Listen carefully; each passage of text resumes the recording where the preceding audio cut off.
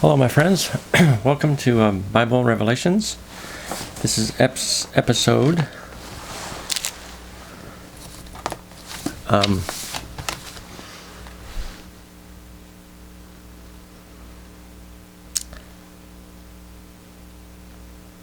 73.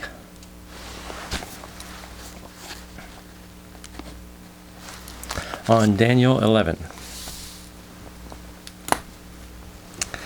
I'll read the notes afterward.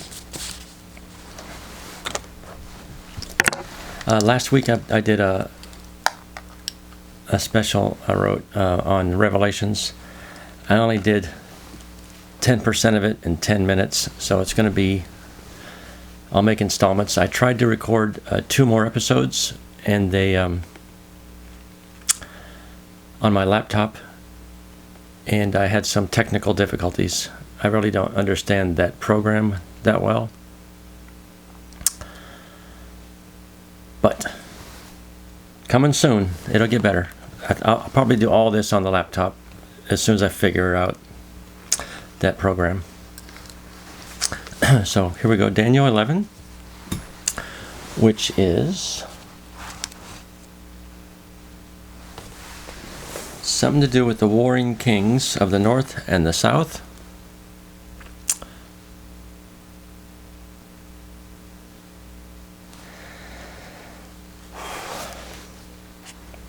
And as for me, in the first year of Darius the Mede, I stood up as a strengthener and as a fortress to him. And now, what is truth, I shall tell you.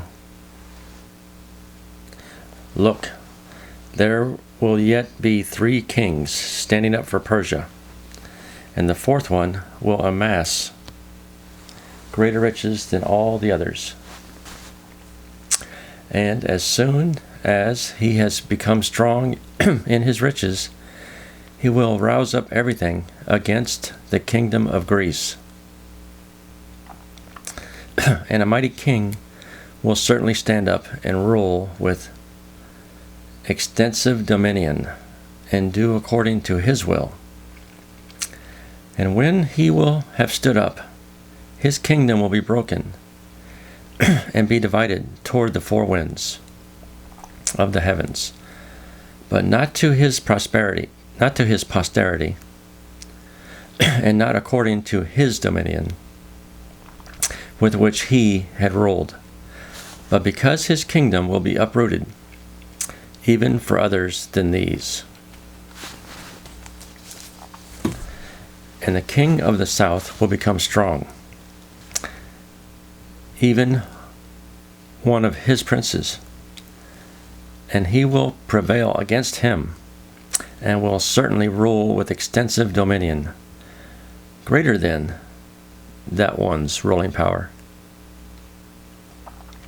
And at the end of some years, they will ally themselves with each other.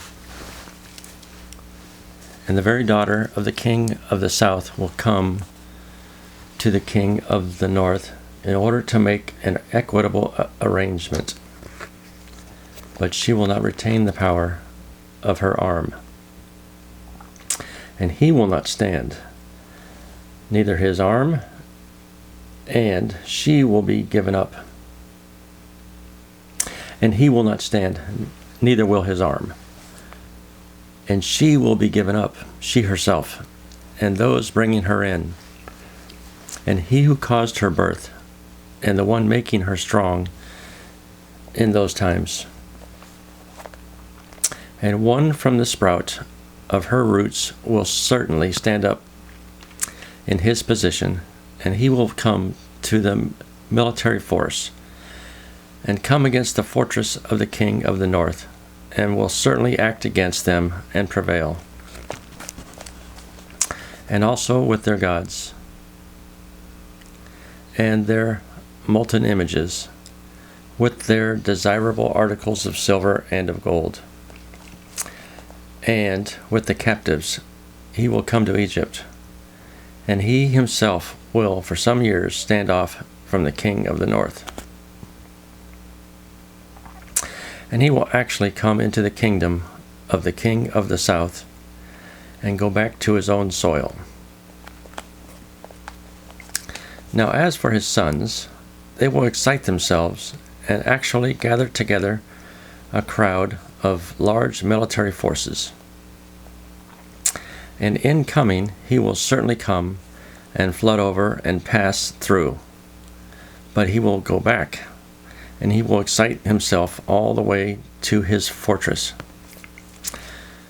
Parenthetically, this is going to need a lot of, looks like it's a long, complicated chapter. It is. It's going to need a lot of interpretation. They're using a lot of pronouns, but not saying who the pronouns are. So this is going to be a long one. This might take 2 or 3 weeks, because I'm going to read it, then I'm going to explain it.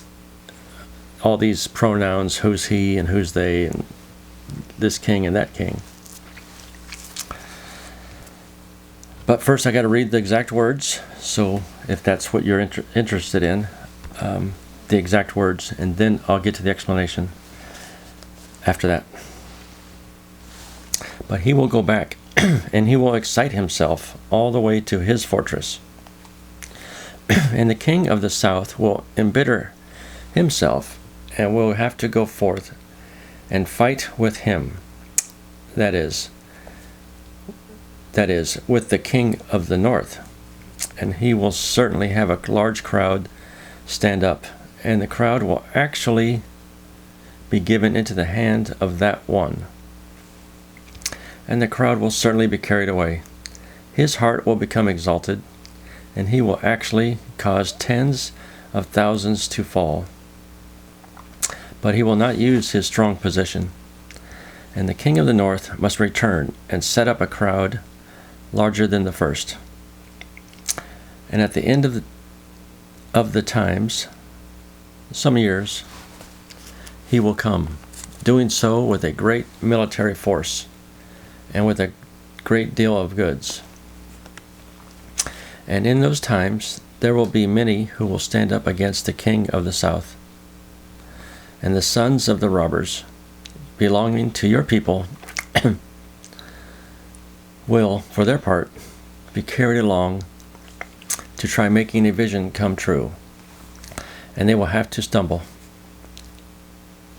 And the king of the north will come and throw up a siege rampart and actually capture a city with fortifications. And as for the arms of the south, they will not stand. Neither the people of his picked ones, and there will be no power to keep standing. And the one coming against him will do according to his will, and there will be no one standing before him. And he will stand in the land of the declaration, and there will be extermination in his hand. And he will set his face to come with the forcefulness of his entire kingdom.